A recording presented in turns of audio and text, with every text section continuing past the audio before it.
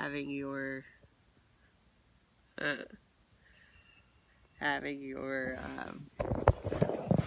plan as far as what animals are you wanting. Like, I know our plan was chickens, and then what's next on our plan? Goats. Right. And then after that, cows. Maybe with a pit stop at sheep. Maybe with a pit stop at sheep. But knowing what you want, how you're gonna, utilize those animals. Like we've talked about, chickens obviously for meat and primarily eggs. And well, let's go there. Let's hold on a minute. So, okay. For our Step 1 Survival published a new post. SHTF Tactical Assault Flaming Chicken of Doom was the notification that just, I see you, brother. I see you fooling around on Patreon. We need one. Stop it. We're trying to have a serious conversation. Ish. So this is for John Lesicados. And the question was efficient ways of feeding livestock on a homestead. So we're just sitting here spitballing, and Miss Biscuits here was basically saying, well, that depends, because everything depends. Right. What animals? Where? What are you trying to do? Yeah, like what, because big, what animals? Okay, well, what does your land look like? Do you have, 60% pasture and 40% trees, or are you looking at 80% trees and 20% pasture? Right. And see, but getting back to what you were saying use what you've got. Right. Which is what we're doing. Because if you had more trees than pasture, I'd say you need to look at turkeys and guinea fowl. Yeah. Because they're much better foragers than chickens are. Although chickens will forage if you get the right breeds. Right. And so by foraging, you're going to cut your feed in half. Yeah. So you want to create opportunities, especially for your chickens, your poultry, right? Chickens, turkeys, guinea fowl. I'm not a fan of ducks, but we'll come back around to ducks in a minute. Create an opportunity for them to forage. So your question is, what works? Chickens, for us, we spread about a pint of feed a day. I usually do about 3 cups. 3 cups? Okay. A pint and a half. She's got an upper respiratory infection, so spit all the green stuff out, baby. Right. So you do about 3 cups. So about a pint and a half of feed a day. So about 1.5 pounds for... I do it about every 2 days. Every 2 days. Because our chickens are running around. Yeah, we went to town yesterday, and I looked out the window of your car, and I was like, are those our chickens? On our neighbor's land, like a 1/4 mile away, across the creek and through the... Yeah, and they're out there in their field, free ranging. So what works? I planted a whole bunch of feed corn for the chickens. Yeah. The chickens didn't even let me get it off the stalk. Yeah. They walked by and pecked all the ears off the the kernels off the ears off the stalk. Yeah. But we bought a lot less chicken food during that time than we would have had I not planted feed corn. So I mean, that's something to think about. And it's a closed loop. Our chickens are free ranging right now, which was not our intent, but they're free ranging. Just leave it at that. Don't even. This is my free ranging chicken's face. Anyway, our chickens are free ranging right now, but let's say you had some laying hens, 12 laying hens. You're in business, bro, because you're going to get 10 eggs a day. 10 to 14 eggs a day, but probably 10 eggs a day. And meat birds, you have all the chicken poo you're going to be able to handle for making compost, which you should be doing as part of your closed system. You're going to have more eggs than you're going to be able to eat, honestly. Because everybody thinks, oh, if I could just get a dozen fresh eggs every day. You start getting a half dozen every day, and pretty soon you're like, screw eggs. I hate eggs. I don't want another quiche. I'm not making eggs. I'm over eggs. Who wants eggs? I'll give you eggs. What do you want in return? I don't care. Whatever. Here's eggs. Take eggs. You'll think of something to give me later. Take eggs. Right? So a dozen laying hens and some meat birds. What do you feed them? Let them forage. Create opportunities for them to forage. And that could just be, fencing off an area, a chicken run for them to run and forage. Or doing like a Salatin-style chicken tractor or whatever style chicken tractor that they live in, that you move that around to fresh forage for them. And then grow their feed. If you have the room and the ambition, you can grow their feed, which we do and we did and we have. We've grown their feed. So chickens, the best way to feed chickens, man, it depends on how involved you want to be. The easiest way to feed chickens is to go to the feed store and spend $10 on a 50-pound sack of 3-grain scratch, and your chickens are fed. The most sustainable way to feed your chickens is to get chickens that are good foragers. Yeah. Because our chickens they are literally tiny velociraptors, man. They go wherever the hell they feel like it. They don't answer to anybody, and most of the time they're just coming and going through the hedgerows. And it's gotten to the point where Aspen gets excited when she sees them. Box! Because you never know where they're coming from or where they're going. They just kind of... They drop in and ambush you and then leave again. So, guerrilla chicken warfare. Baby chickens. Yeah. So then, like, 4-legged animals, ruminants. And John, I don't know if you're keeping Torah or not keeping Torah or what, but we are. So we're going to tell you what our plan is. We have just the other side of these trees is what we call the hay field. Because it's a big field full of standing hay. And it's probably 3 foot tall, the grass in there right now. Yeah, probably. It's about 3 foot tall. I would venture to say there's over 1 ton of hay standing in that field right now. So about 40, 50-pound bales, somewhere in that area.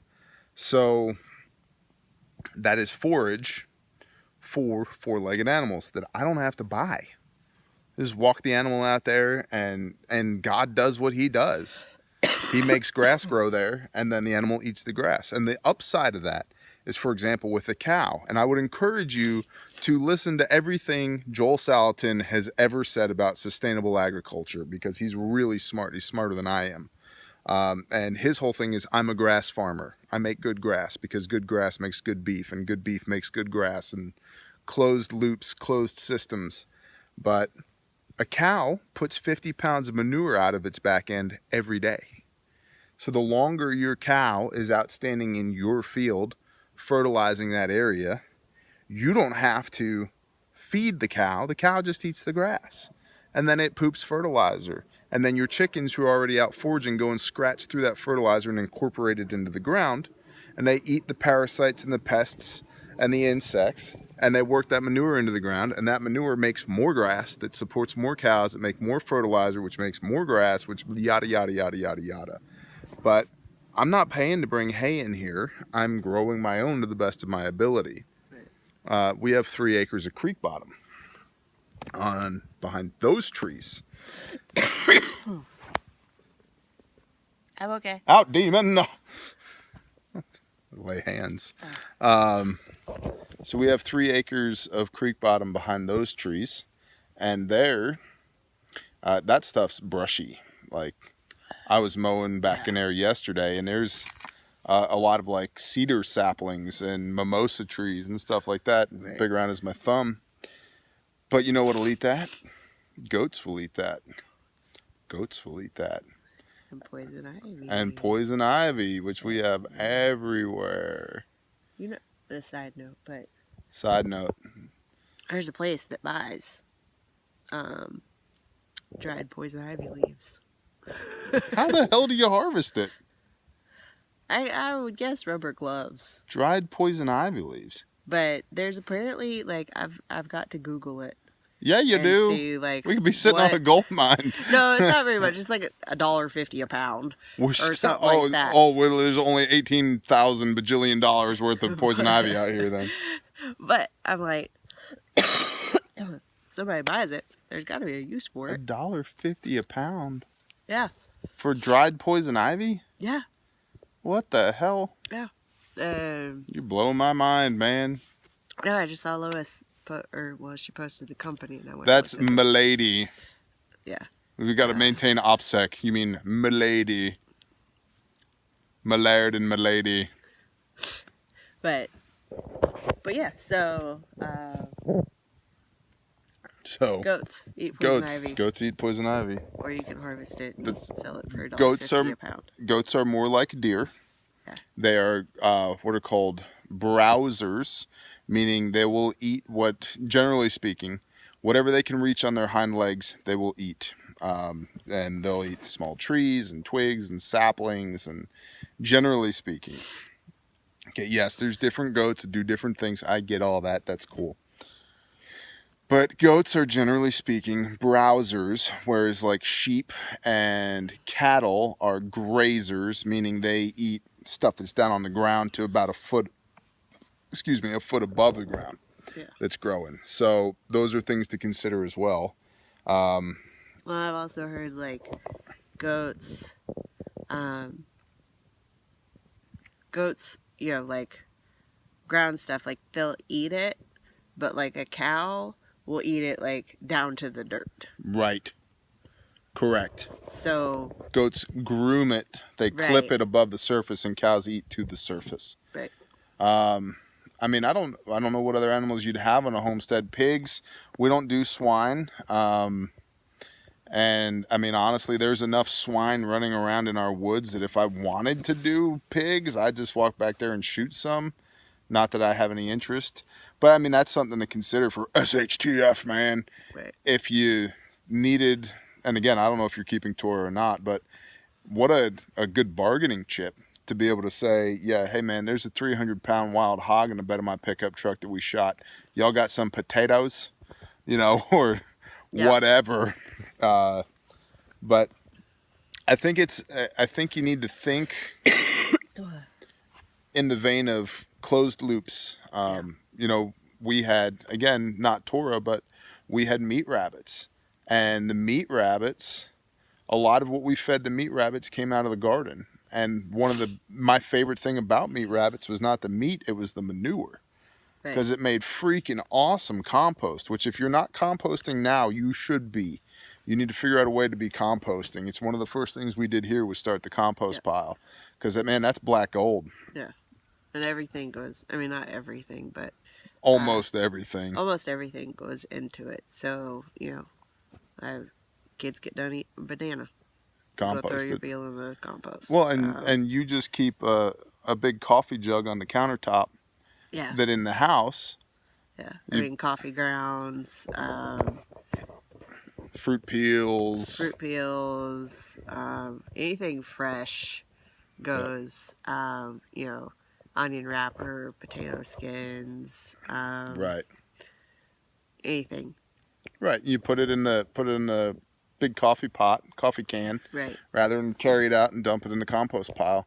And then your chickens that are out there free ranging turn your compost for you. They take it from anaerobic to aerobic composting because they aerate it. They dig through it. And there are some gigantic worms around here. Yeah, like gigantic. Yeah, huge. Some of the biggest night crawlers. Night crawlers, thank you. So I mean, huge. The diameter of my pinky finger. Me and Harlan found one in a log the other day, and we both looked at each other like, WTF? Like I thought it was a snake, and it was a friggin' worm. And excuse my language. And this thing fell out of the log, turned and burrowed straight into this rock hard clay dirt. Straight into it. I was like, Harlan, grab it. And he goes, I can't. It's gone. Like, where did it go? Straight into the ground, man. So they're good for soil, which is another mini tangent. But you need to think about closed systems, closed loops. And I'm seriously considering meat rabbits right now again for 2 reasons. 1, dog food. 2, fertilizer. Because they're cheap to feed. Yeah. And I mean, man, there's enough freaking vegetation growing around here. It would cost nothing to feed them. Yeah. But 30 minutes of my children's labor a week to go cut bushes and bring them to the rabbits.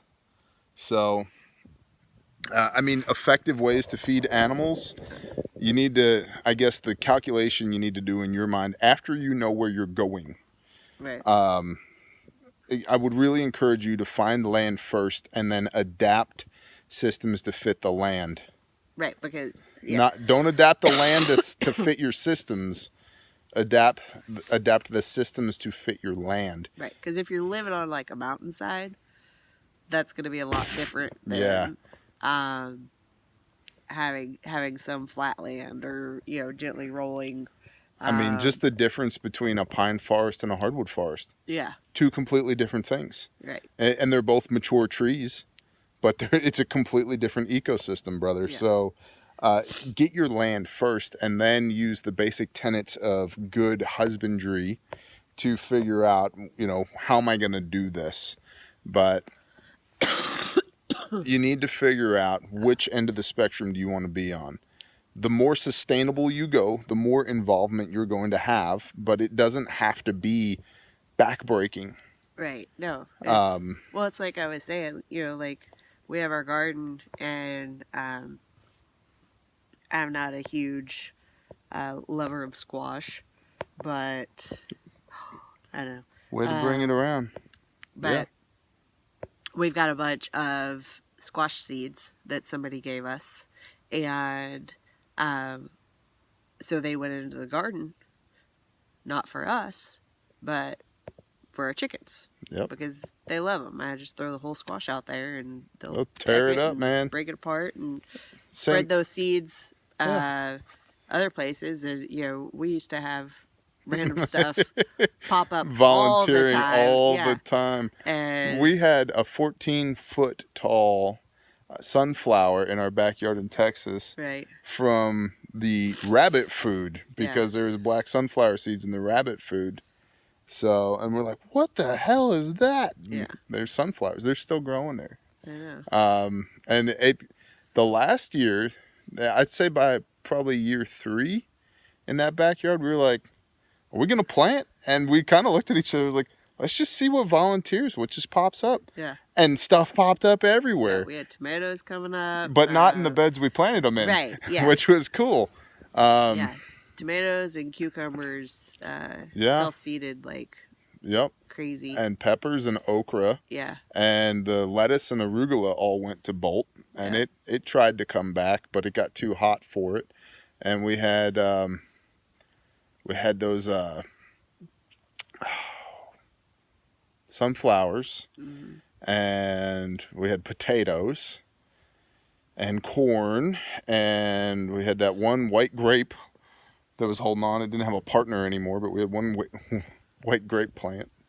And that was just by year 3 of just being involved in the planting in a relatively small area. I mean, a residential backyard, half of it. So, but definitely investigate closed systems, brother. And again, the more sustainable you want to be, the more involved you're going to be, but it doesn't have to be backbreaking. The easiest way to feed animals is back your pickup truck up to the feed store, hand them your American Express card, and say, hey, put literally a ton of bagged feed in the bed of my pickup truck. That's the easiest way. But you're trading your hard-earned time for fiat currency to give to a guy for real product. Well, and that also makes your, like...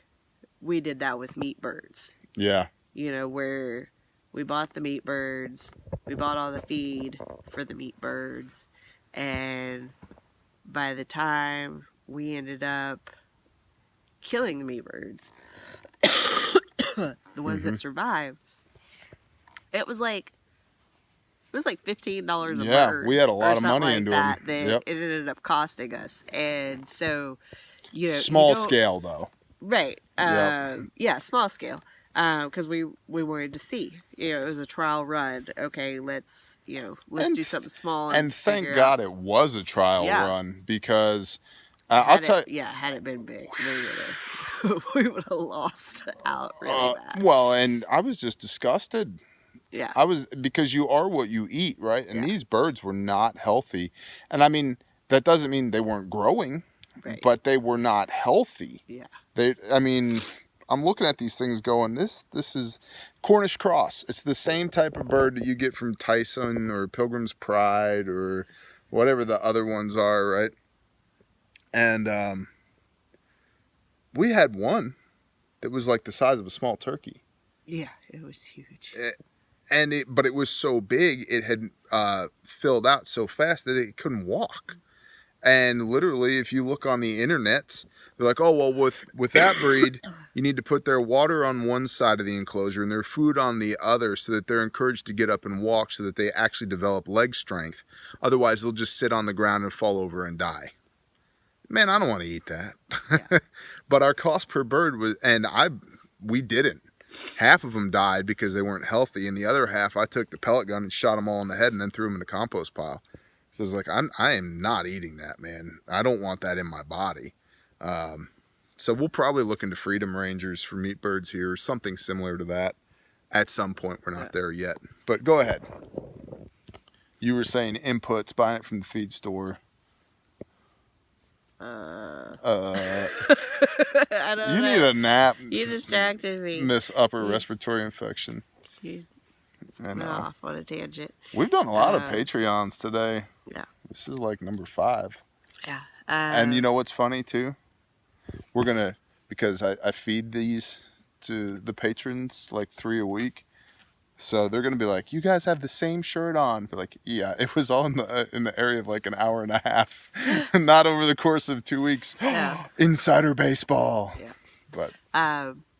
But yeah, I mean, you've, depending on where you are, you've got the things to offset that cost, because you don't want to drop $800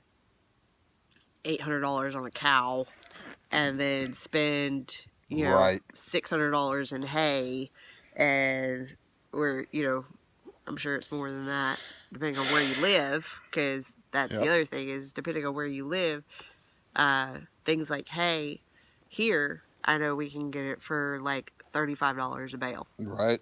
I think, but in Texas, Yep. it's like $60 Uh-huh. a bale.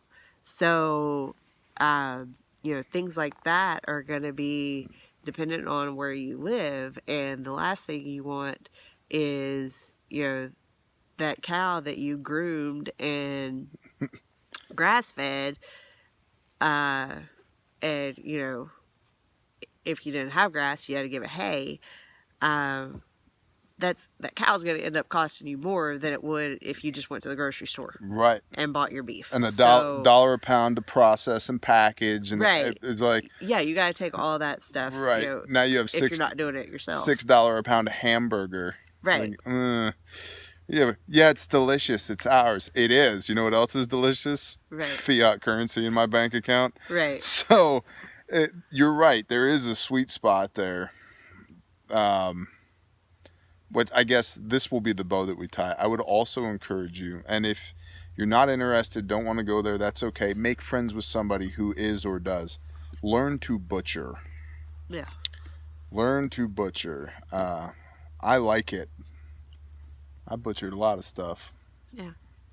I prefer mammals to birds. I think birds are messy for butchering, but whatever. But that, you and me, John, you knowing nothing and me knowing what I know, you and me could process a cow. And if we did, we would save ourselves $1,000. Right. $1,000, man. 1G back in our pockets. I mean, that goes for a lot of I mean, like, I knew a lot of hunters in Colorado that, they do the initial cut on a deer or an elk or a moose to get it out of the woods. Quarter it or try it out in order to haul it out on their four-wheeler. But then they take it, to Have a it butcher. processed. Yep. And, you know, it's like, well, why? Why? Not? Yeah, why? Why? Why? And, you know, you're already there. you're, um, yeah, so why not just know how to do it yourself? And, you know, that's going to be one of our next builds is the smokehouse. Yep. And getting a place, you know, clean, you know, because you don't want stuff all up in your meat. But have a clean place that you can process something like that. And because a cow's big, you know. Heck yeah. You start cutting that sucker apart and you need some space. And you got two options with a cow. You need to have a tractor or have a friend that has a tractor. Or you need to shoot it in the back of the head and butcher it in place. And that is a whole nother story, brother. And it needs to, if you're going to do that, I mean, this will be the bow because we're 26 minutes in. Yeah, we talk a lot. Yeah, if you're going to do that, there's a reason. Getting back to agrarian militant farmer societies, there's a reason that animals were butchered in the fall, late fall, early winter, because all the insects need to be gone. You don't want your prize cow that you've worked your, 18 months on getting this thing fattened up and beautiful marbling the whole nine, and you slaughter, and then you go to butcher and you've got fly larvae all up in your meat. Gross. So keep the old ways, brother. Good questions, by the way. Good questions. Yeah. So It's been fun. Shalom. Shalom.